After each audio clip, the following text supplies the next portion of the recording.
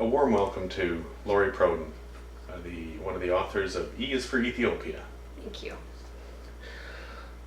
So Lori, you are the author of E is for Ethiopia. You actually lived in Ethiopia for a few years. Can you tell us about that? I lived in Awassa in the south for 2 years. I was there as part of a program called Voluntary Service Overseas, or VSO, and I'm a teacher in Canada, and when I was in Ethiopia I was training teachers at a teacher training college, training people to become English teachers, as English is the language of instruction in through most of the elementary school years, so it's quite an important job.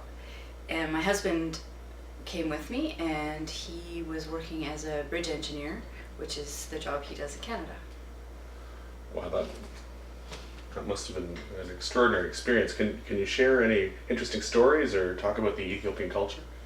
It was an amazing experience. It was a grand adventure. We were never bored. We learned a lot about Ethiopia, obviously, a lot about myself, a lot about my own culture in relation to a culture that's so different.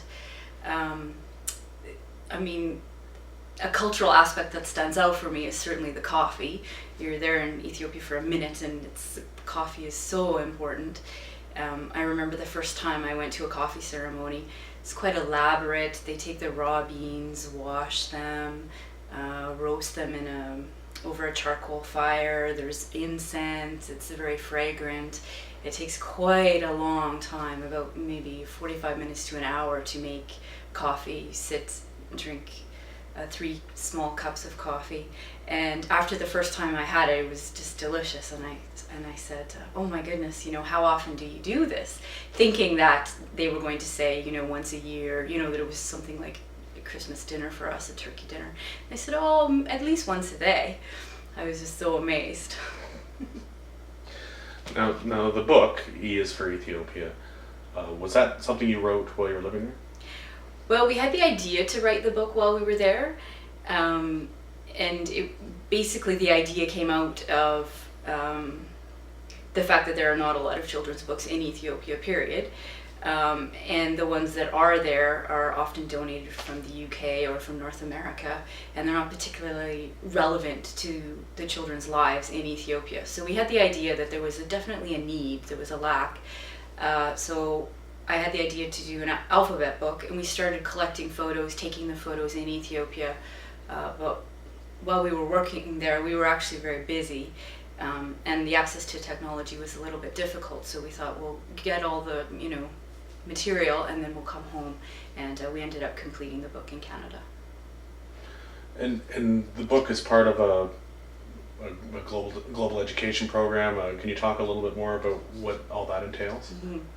Well, the original idea, as I mentioned, of writing the book was to, have the book be read and enjoyed by Ethiopian children in Ethiopia. So, but it's not feasible for them to be able to purchase it. So what we did, 100% of the profits of every book sold goes to send books to Ethiopia. And we've succeeded beyond our wildest dreams. We've actually sold close to 4,000 copies, which has allowed us to send over 600 books to Ethiopia.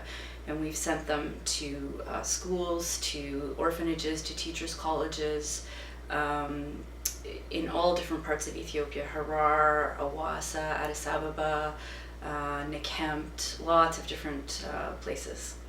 And we're still sending them. My goodness, 4,000 books, this is quite a program. Did you ever imagine there was such a demand for such a book in North America? We had no idea. I mean, to be honest, we thought we would, well, our first print run, it's a self-published book, so our first print run was 200.